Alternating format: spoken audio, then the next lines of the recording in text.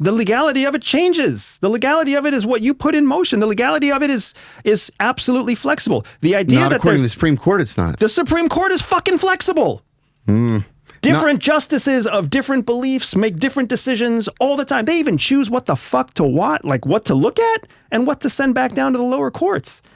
Like, you can't possibly actually believe that we are the system that we tell the average American we are. No, of course not. So I'm saying that we should even strive to be, though. No fucking way, dude. It's chaos otherwise. No, it's not. It's chaos to not try.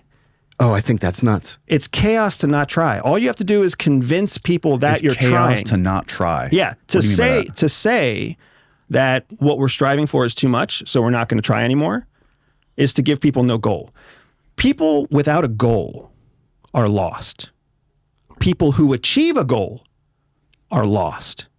People who are pursuing a goal have focus. And that's what the magic sauce is in the United States. Yeah, but listen, that's why it's always a changing goalpost, because then there's always something to pursue for the layperson, while the people who are at the highest levels are also constantly coming in and out. Like, that's part of our weakness, but that's also part of our strength. But listen to what you're saying, though. You're saying that we've got torture that's illegal in 1946, torture that's illegal in 1968, torture that's legal in 2002. Maybe it is, maybe it isn't. Let's just torture and see if anybody stops us. We'll see what the Supreme Court says. Oh, 5 years later, the Supreme Court says we can't do that. Okay, so what do? We just tortured these guys. They can't go on trial. They can't be punished until they go on trial. We can't just chalk that up to American greatness. We have to have laws. We have to have rubrics by which we operate every day. I'm not saying that we should be lawless or have no rubric to follow. What I'm saying is we can't let ourselves bureaucratize. No, I don't disagree with that. For no reason. And that's essentially, like, KSM's been in jail for 22 years. And it's not been pleasant. No.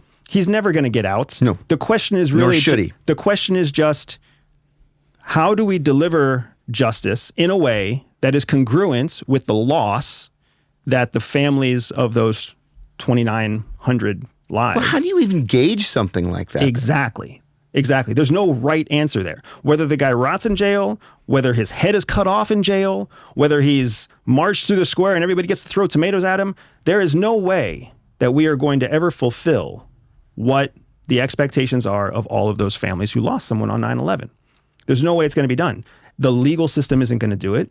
The UCMJ system isn't going to do it. Like, it's an impossibility to even try. Well, then what do you do? That's the question, right? And for me, it's just, if we let ourselves get stuck in the cycle of what's approved by what court, what's legal right now, and whatever, we're asking the wrong questions. Like, we need to figure out what is the right thing to do. And saying that torture is the wrong thing to do, our policies around torture have always been convenient.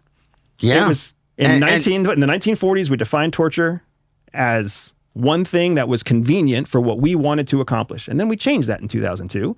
And then we changed it again. We're probably going to change it again. But that's the thing, is that we didn't change it. We changed the interpretation of it. That's what law is. Law is the interpretation. And then the court came back and said, no, you were wrong. And that's why it was codified with the McCain-Feinstein Amendment in 2015, to get back to the original Federal Torture Act of 1946. We had strayed so far away from it that McCain-Feinstein came back and said, look, this is the original language. That's the language we're going to use in the Army Field Manual, which is another mistake I can say in a second.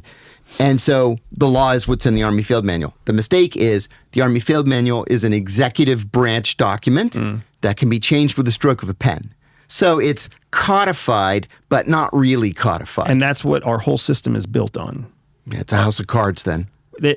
But it's the best house of cards that's out there.